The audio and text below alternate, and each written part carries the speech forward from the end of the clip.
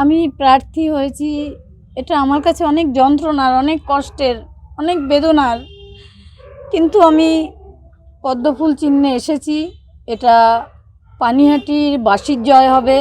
আমি একা কিছুই করতে পারবো না। এটা সমস্ত পানিহাটিবাসী জিতবে আমি জিতলে। এই অনেকগুলো দিন ধরে যারা প্রতিবাদ করতেই ভুলে গেছিল, আমি তাদের হয়ে প্রতিবাদটা করব।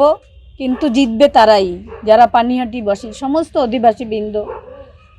আমার মেয়ে এখানে ডায়মন্ড এই যে চেম্বার করতো, সেখানে সে অনেক পেশেন্টকে চিকিৎসা করতো এবং ও বলতো যে মা, কারো কাছে কিছু চাইতে নেই, দিতে হয়।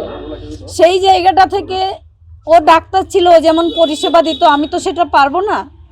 তাই আমি চাইবো যে পানিহাটির যে দুরবস্থা, যে জঙ্গল, চারিদিকে রাস্তা দিয়ে হাঁটার উপযোগী নয়, যে ড্রেনেজ ব্যবস্থা, জল জমা, এসবগুলো প্রথমেই তার থেকে আগে হচ্ছে নারী সুরক্ষা, নারী সম্মান, শিক্ষা, যেটা দুর্নীতিতে লোপ হয়ে গেছে। মানুষ সেটা বলতেও ভুলে যায়। মানুষের কতটুকু পাওয়া উচিত, কতটুকু পাওয়া উচিত না, এটাই মানুষ জানে না।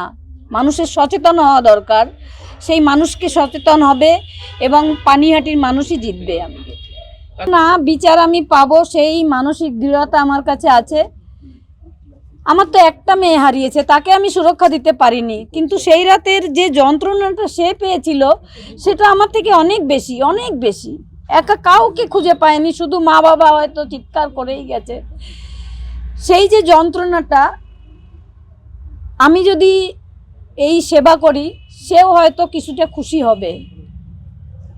আমি তো চাই সমস্ত পানিহাটিবাসীকেই আমি পাশে চাই, পদ্মফুলে চিহ্নে ছাপ দেওয়ার জন্য।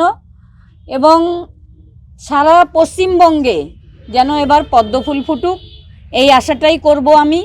তৃণমূলের পুরো মূলটাকে উপড়ে ফেলায় আমার লক্ষ্য।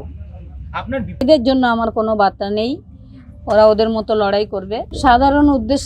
সাধারণ মানুষের উদ্দেশ্যে একটাই কথা বলবো, আপনারা সবাই সেই 9 তারিখ আমার মেয়েকে ঘরের মেয়ে মনে করে আমাদের পাশে দাঁড়িয়েছিলেন এবং মেয়ের বিচার চেয়েছিলেন।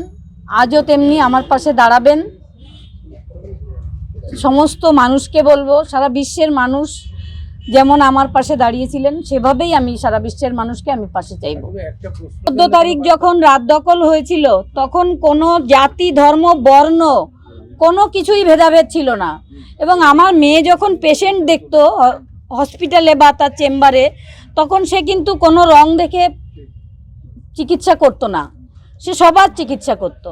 তাই আমি ওই সম্বন্ধে কিছু বলবো না।